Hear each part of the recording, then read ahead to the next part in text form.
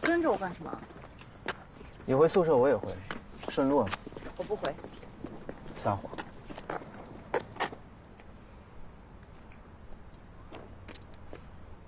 生我气啊？不是生气，是失望。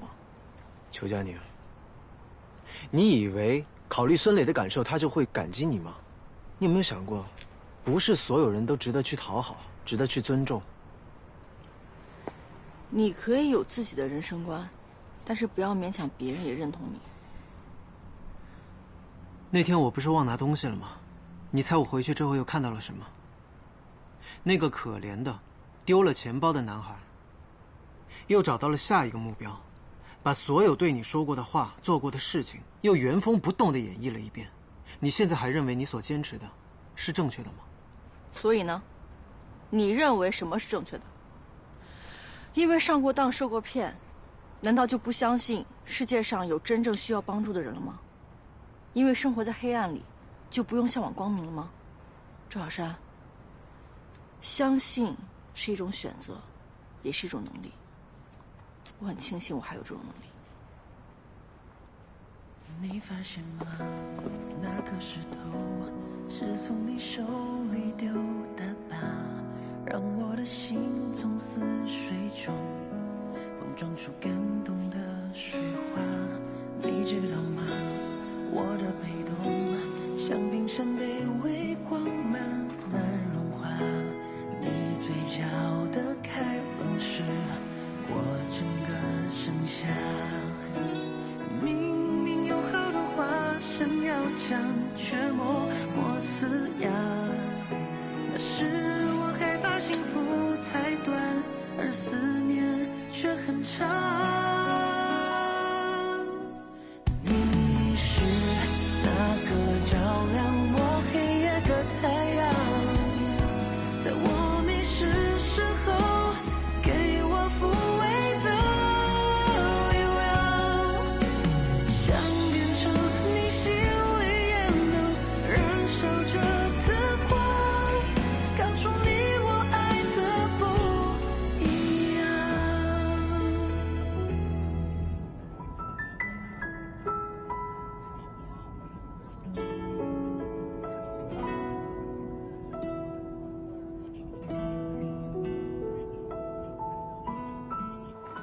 好紧张啊！今天就要出结果了，不知道谁会赢。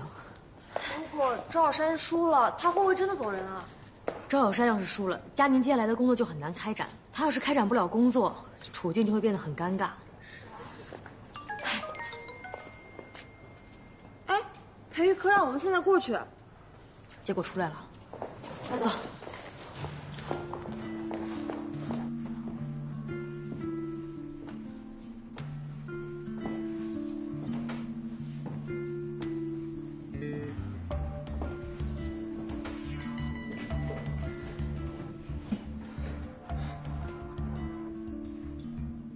孙老师显微注射100例，成功了99例，转移到代孕母鼠子宫，经过基因鉴定，最后培育出符合要求的实验用小白鼠65只。天哪！实验室的研究员的成功出产率是50%，而孙老师达到了65%，也就是说，周小山培育的小白鼠存活率要达到65只以上。那是不可能的，所以让它趁早滚蛋吧。周小山显微注射。等一下，在公布结果之前，有几句话我想说一下，可以吗？佳宁，你说。周小山，他是一名非常优秀的研究员。当我提出要回到小分子抑制剂方向的时候，我只是让他去做蛋白互作分析，而他不仅做了我说的实验，还主动做了晶体结构分析实验，在实验的思路和方向上都给了我很大的灵感。而我的设想能够成立，也多亏了周小山。所以，如果这一次的比试，周小山落后于孙老师，作为他的上级，我愿意承担所有的后果。周小山显微注射100例，成功99例，经过基因鉴定，最后培育出符合要求的实验用小白鼠75只。75%的出产率，不可能啊！就是啊。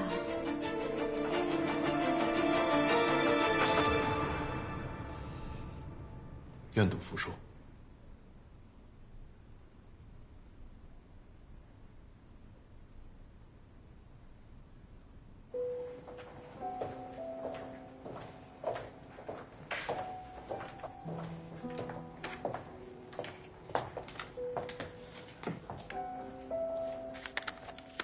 谢谢你，谢什么？谢谢你替我说话。不会啊，孙老师针对的人是我，笔试也是我先跟他提的，因为我们两个的事情影响到你，有点不公平了。你真的认为这个世界上有什么公平？当然，公平、正义、真理，这些都是存在的。如果说一名科研人员不相信这些，那可能也没有办法再走下去了吧。可是现实是残酷的。虽不能至，心向往之。坚持和努力的意义在于我们无限接近真理。有一种鱼叫无脸鱼，生活在4000米的深海中，因为长期见不到光，所以它的眼睛退化了。所以呢？你昨天晚上问我，是不是一个人生活在黑暗中，就没有向往光明的权利？我想说的是，不是不想，是不能。曲佳宁，我很敬佩你的做法，但不是每个人都有选择的权利和能力。你错了，周小山。无脸鱼它不是没有眼睛，它的眼睛在表面之下。虽然我不知道你曾经经历过什么，但是我应该跟他们不一样。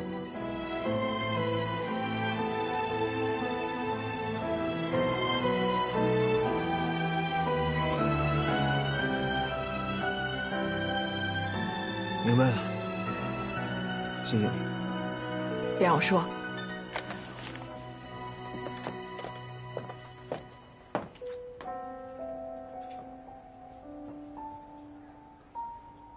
看见没？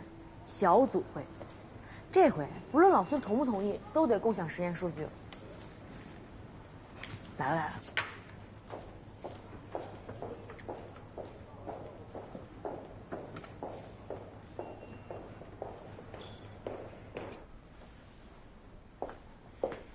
曲佳宁，我想知道之后的实验设计报告有了吗？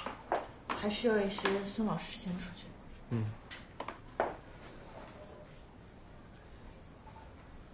哦，我懂。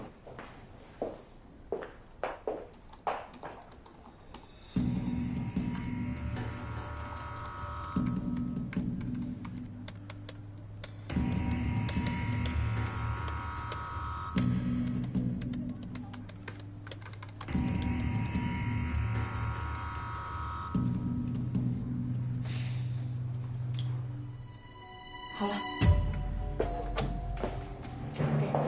这是实验的流程，你看有什么问题再来找我。好，过去了。裘佳宁替你说话了。但他之前明明知道你不信任他，为什么在结果揭晓前替你说话？他要保我。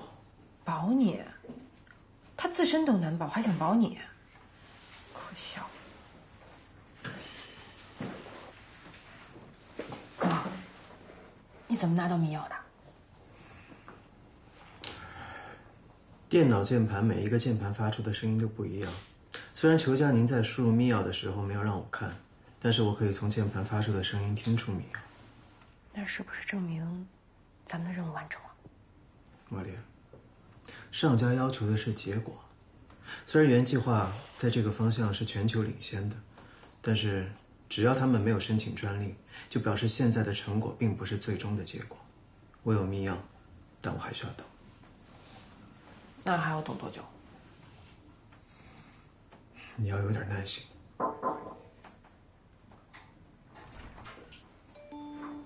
教练，有课啊？没空。不好意思啊，哥们儿，我就送个东西，你送还是我送？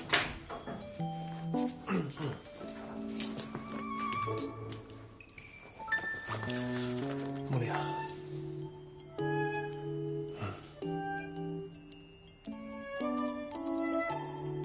你怎么会有那个挂件？你也看《憨狼家族》啊？我不看。憨憨狼究竟是个什么样的角色？他在动画片里面挺倒霉的，但是吧，他最后却成为家族里面最厉害的人。为什么？因为他从来不放弃，一直努力啊。就这样。对啊，越努力越幸运嘛。那你觉得憨憨狼最大的优点是什么？他很可爱吧，但有时候也挺迷糊的，蠢萌蠢萌的。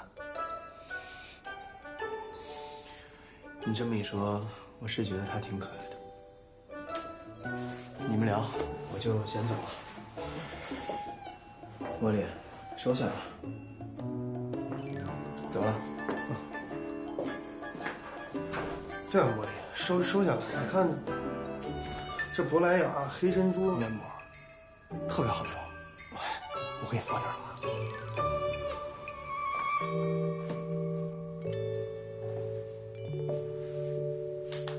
敷面膜。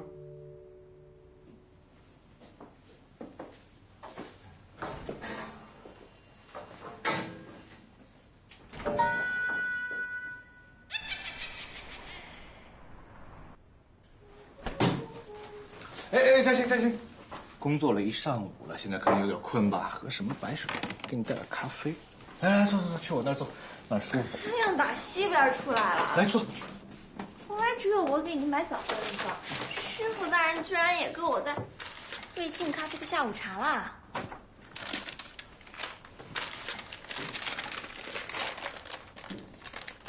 哇，都是我爱吃的。说吧。我想问你姐喜欢什么花？你想买花给我姐呀？啊。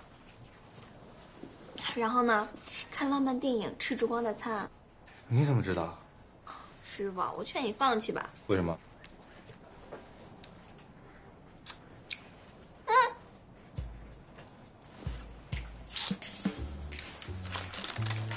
得了便宜还卖乖。啊。快说。你看我姐上高中的时候啊，有个男生买玫瑰花给我姐，你猜我姐怎么着？你姐该不会不喜欢花吧？她这么有性格，直接给她扔了。No， 我姐严肃地向这位追求者指出，她买的是月季，不是玫瑰花，两者都隶属于蔷薇科。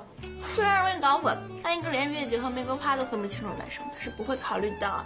你姐挺逗的呀。逗。你要按照对待一般女的追我姐，我姐就会习惯性的智商碾压。比如电影100分钟，她又告诉你101个不符合逻辑的地方。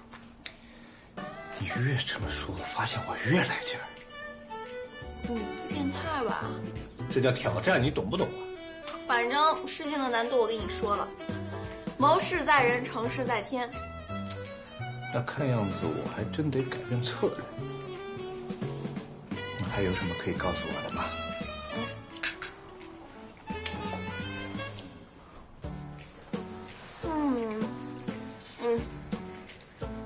我想想啊，等我吃完再说。啊，是。啊，这边轻点儿，这边重点。舒服。怎么样？想起来什么吗？可以告诉我吗？你等我吃完了行不行？好。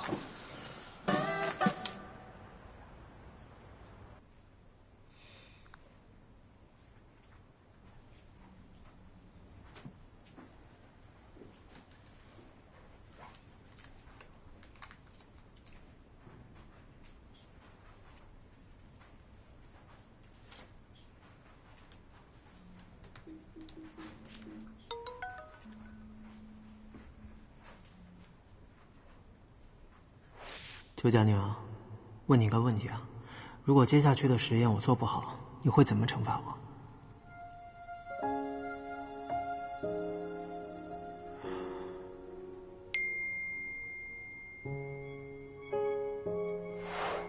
不用担心，我会帮助你的。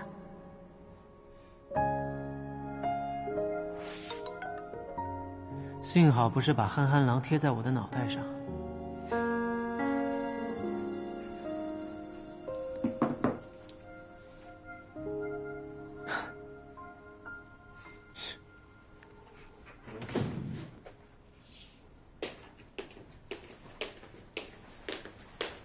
姐，我回来啦。吃晚饭了吗？我在食堂吃过。姐，这些公式是什么呀？你一个学医的化学公式都看不懂啊？姐，我想八卦一下啊，你在国外那么多年，有没有谈过男朋友啊？没有啊。不会吧？就是没谈过啊。你这么大了，连男朋友都没谈过啊？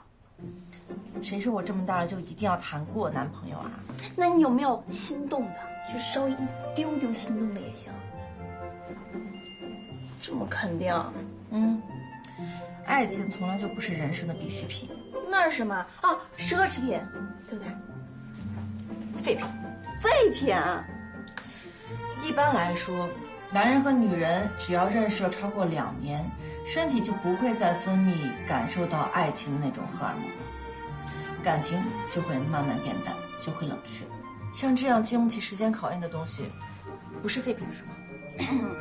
邱佳宁女士，我采访您一下，能够愉悦您人生的必需品是什么呢？德芙巧克力啊？错，是巧克力加咖啡。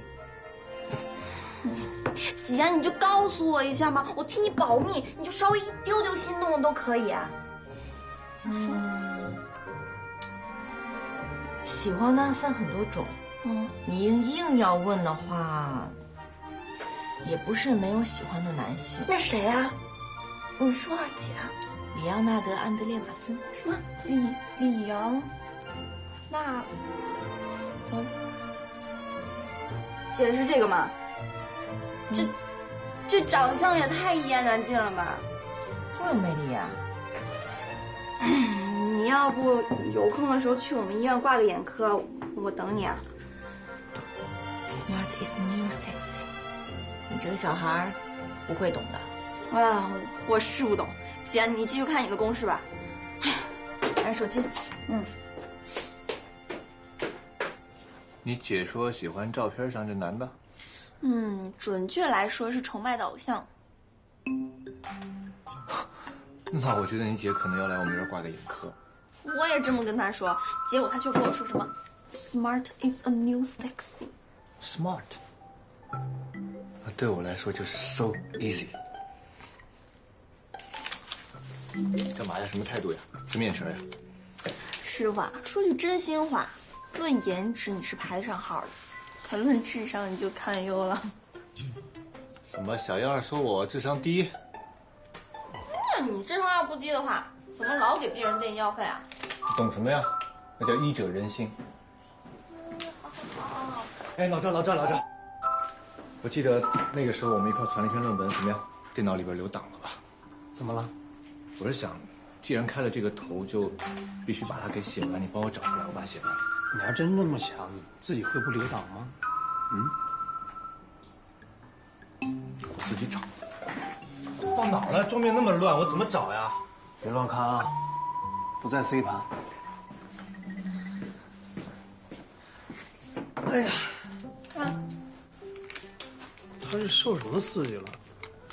去年我就和他一起传这篇论文，传到一半，因为科里边病人多，所以他就放弃了。陈主任是好说歹说，让他一定无论如何都要发表，到时候升职还要看这个发表论文的数量。他倒好，你说他说什么？说什么？大不了就不升职了呗。真逗。哎，挺好吃啊。卧龙的，你别给我吃完了。再来一个。你自己去拿。很多吗？这少拿点儿。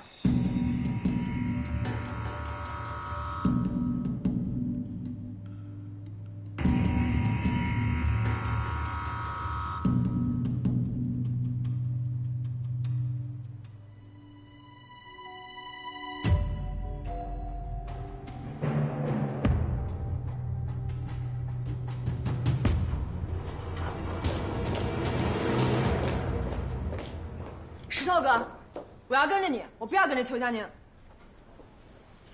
继续观察，好。星星，你跟我来。石头哥，在实验室里，我希望你跟别人一样，叫我孙老师。我不想跟着裘佳宁。半个月以前的决定，你现在反悔是不是晚点了？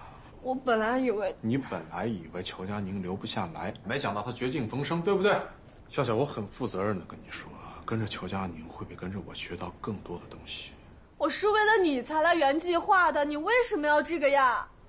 我以为我说的已经很清楚了，果然不合适。怎么就不合适？我们明明都在一起了，怎么就不合适？谢笑笑，按照实验室的规章制度，你犯了那么大的错误是应该被劝退的。如果不是裘佳宁的话，你现在没有机会站在这儿跟我讨价还价，你知道吗？犯那么大错是我不小心，我保证我不会再犯这种实验性失误了。不好意思，我们组的实验员已经满了，你现在有2种选择，要么跟着裘佳宁，要么辞职。笑笑，佳宁等着你呢，拿好东西。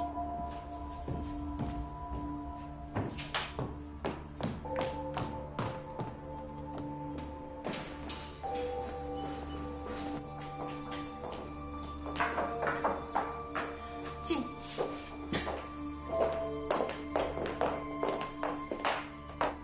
实验计划已经发到你们邮箱里了，在进行实验之前，有些事情要跟你们说一下。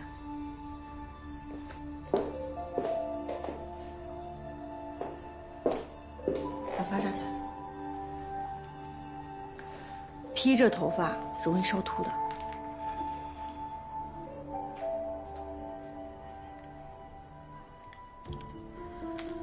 实验室有规定，实验人员不得衣冠不整。明天把你这拖鞋换掉吧。拖鞋？我这是今年最新流行款。算了，我跟你说这些你也不明白。如果被有毒的化学试剂溅到你这双毛毛拖鞋上的话，它离流行也就告别了。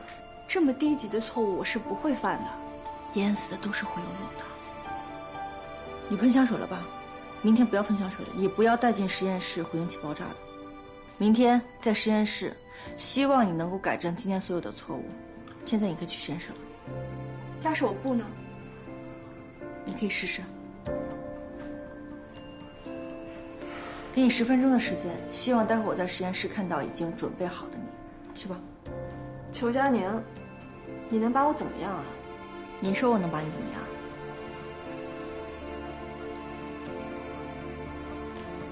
行。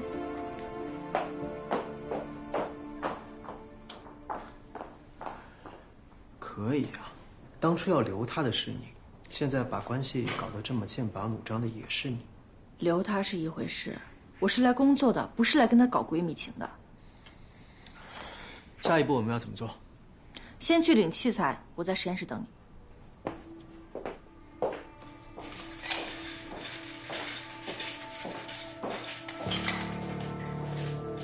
赵小山，把扣子扣上。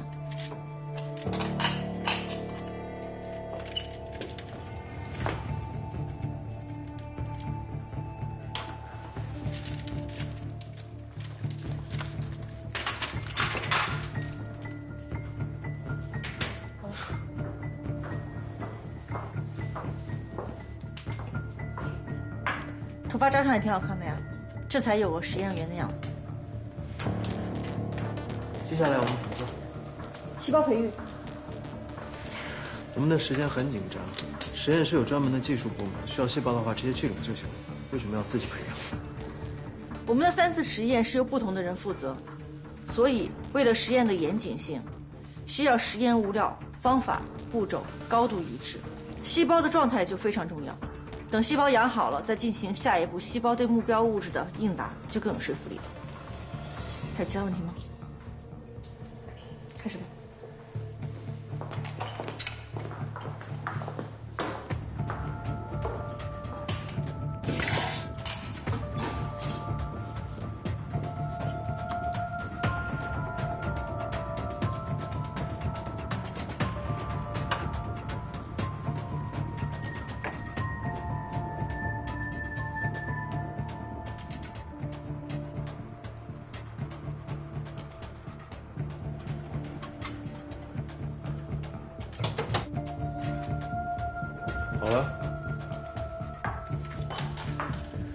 打开你们手机里的计时器，设置6个小时，等细胞完全贴壁之后，吸出含有冻存液的培养基，换成完全培养基。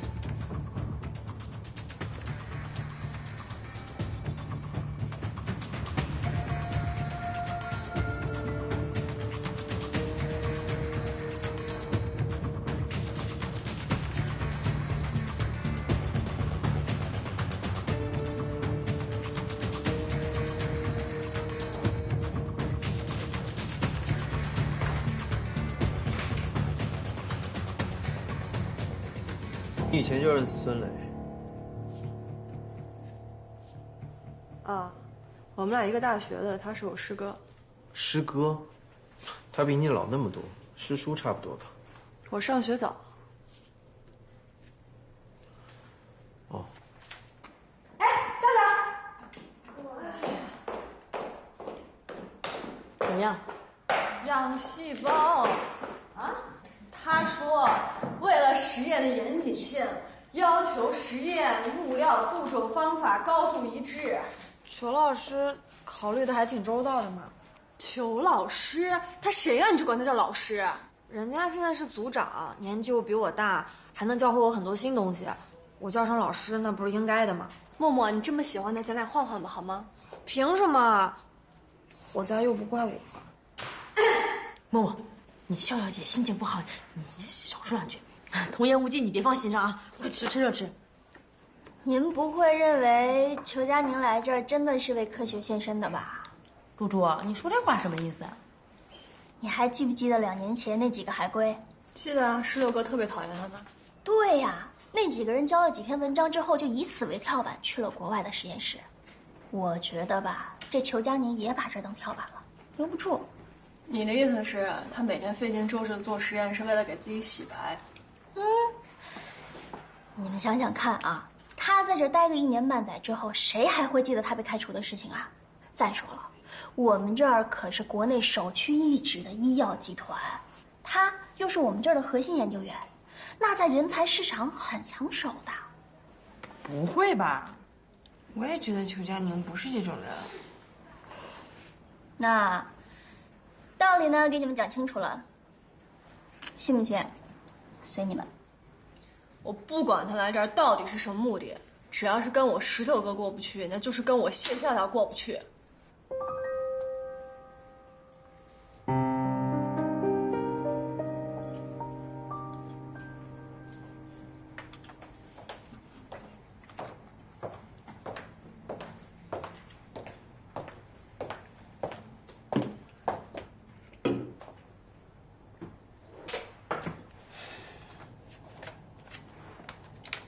谢笑笑好像不太配合实验。你知道他为什么进入实验室吗？你知道？孙磊是他的师兄，他是为了追求孙磊才进入实验室。那又怎么样？你就不担心吗？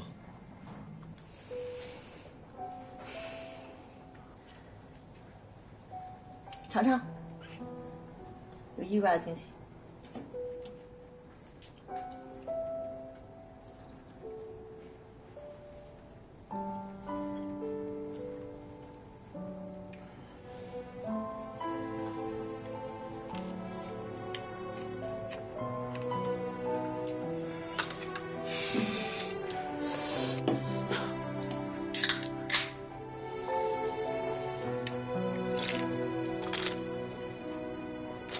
哇，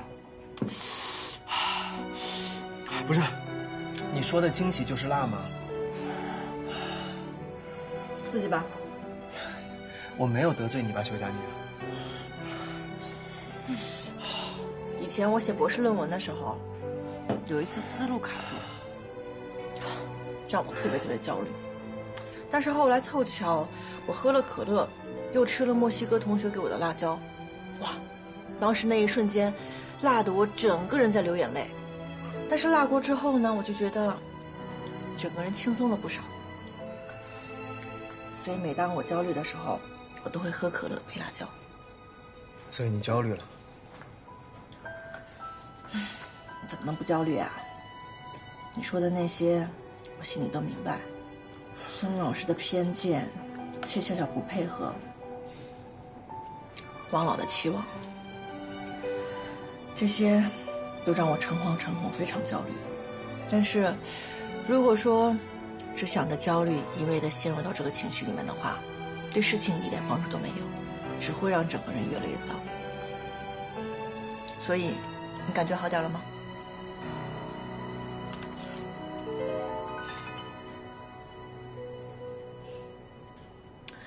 赵小山，只要专注于自己做的事情，其他问题都不是问题。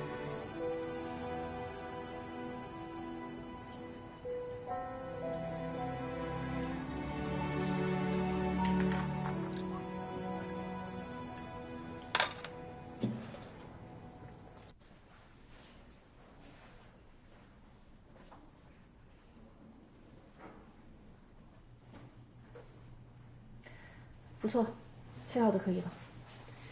那我下班了。嗯。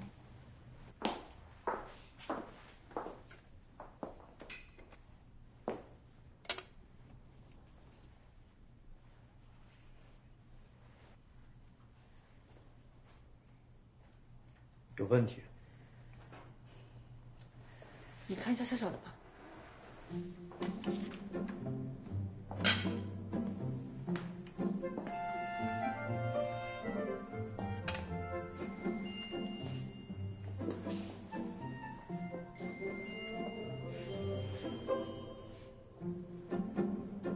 看出什么区别了吗？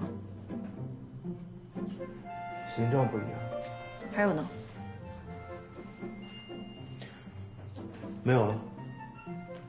细胞也分美丑，笑笑的细胞圆润饱满，而你的细胞周边凹凸不平，一看就是不健康的细胞。不健康的细胞就没有美感，你再看看是不是？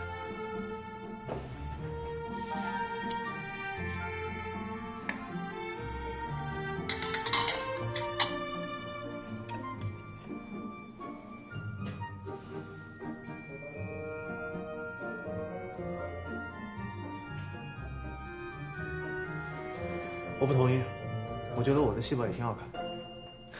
哪儿好看了？赵小山，你有没有审美啊？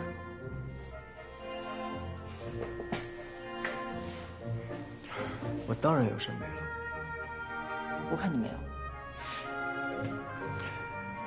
你长得很好看，我也觉得你长得很好看，这说明我审美也没有问题。赵小山，我在跟你说很严肃的问题。美，就是这个世界上最严肃的科学问题。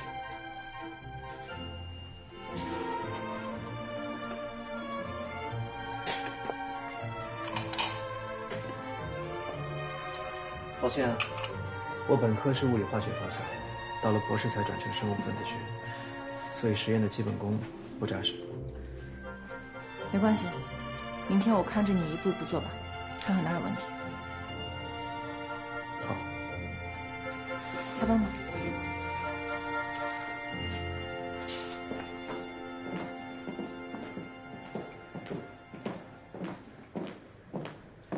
饿了吗？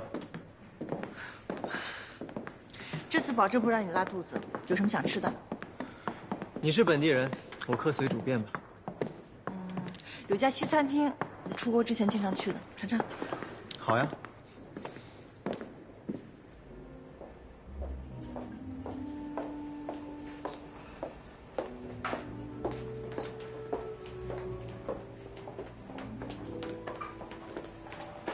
徐佳宁，这就是你说的餐厅啊？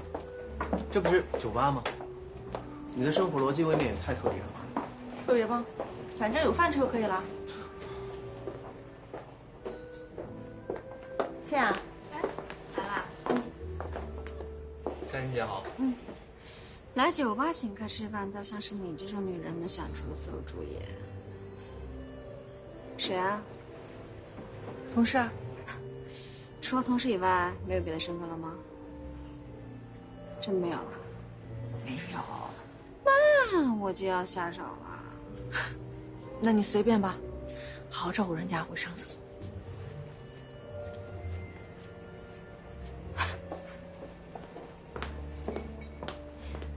帅哥你好。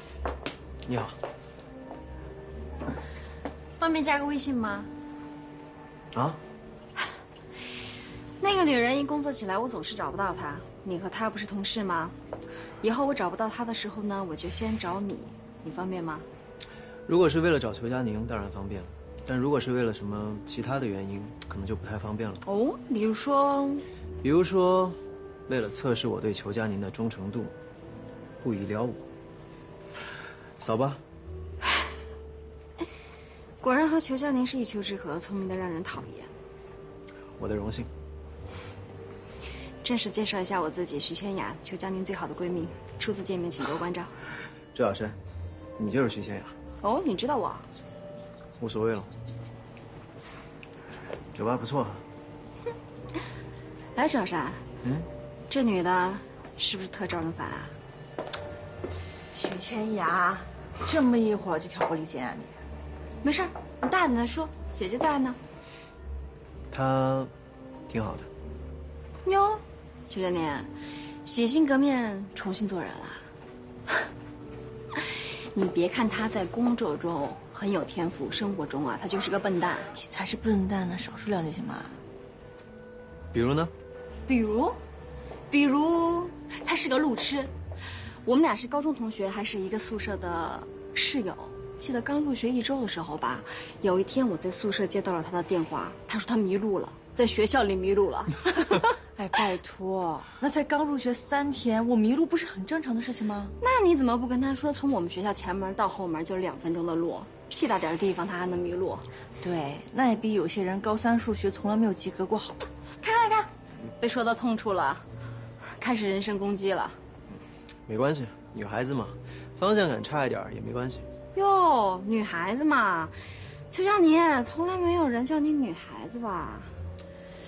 好啦，点菜了，老板娘，走，您坐啊，坐，小凤儿，给他一杯酒。路痴。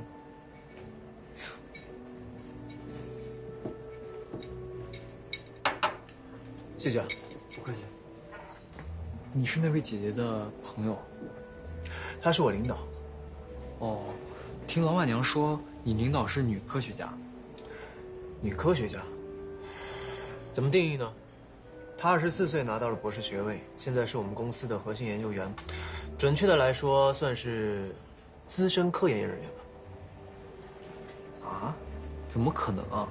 看着不像吗？我的意思是我们老板娘是那种超过100的账目就算不清，认识的汉子绝对不超过2000个，他们怎么可能是朋友啊？是挺有意思的。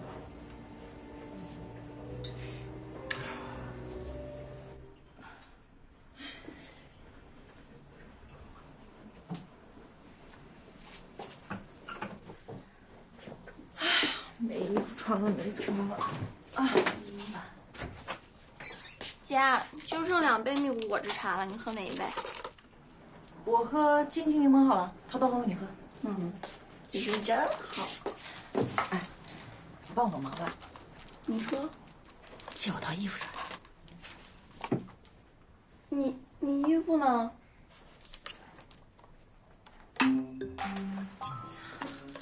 我真是服了你了，裘佳宁，你把衣服都堆在这儿，会滋生很多病毒的。好歹你也是科学家、理工强人啊。不是病毒，是细菌。细菌行，细菌不可怕。反正你那么多衣服，借我一套穿呗。以后你再让我看到这种景象，我就拍下来发到你们公司网上，让你们所有人都知道。借我一套。你可爱的球球啊。借我一套嘛，借我一套。真可爱。好吧，那我就把一套衣服借给你应急吧，正好我没场合穿。真的？还是我妹最好。哎，不行，作为你的妹妹，我看不了你这样的惨状。明天下午啊，我早点下班带你去买衣服啊。明天下午？你如果不同意的话，我就打电话给邱总，告诉他的宝贝女儿已经落魄到给妹妹借衣服穿了。啊，好，明天下午我正好有时间。走，关门。再给你管理一次。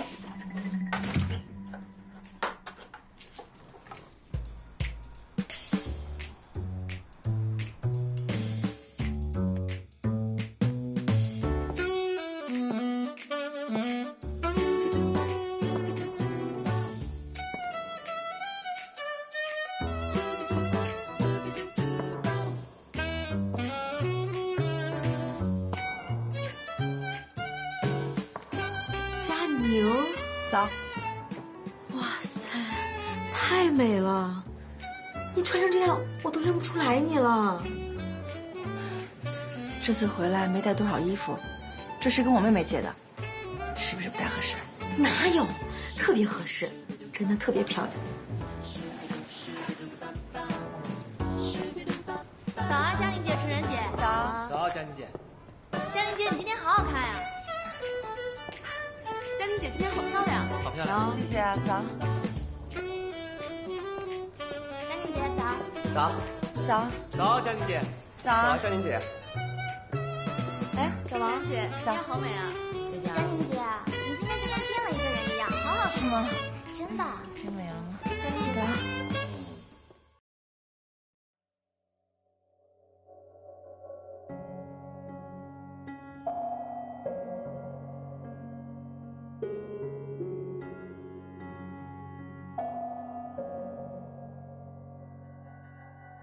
这些心事从少了你的消息，习惯养成了勇敢，全是痕迹。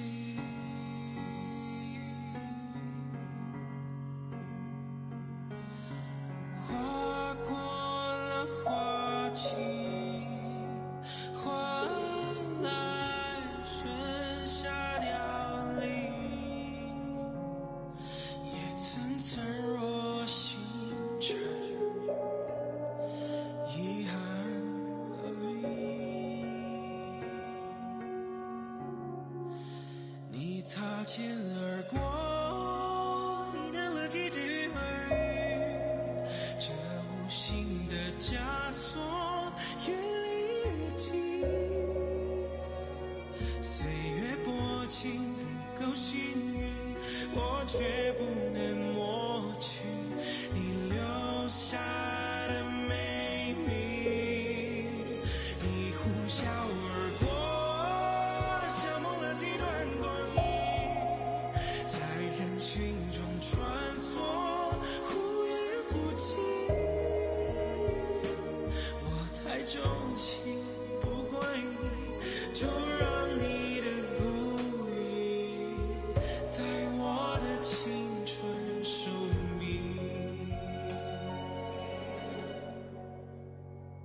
请你就此别回头。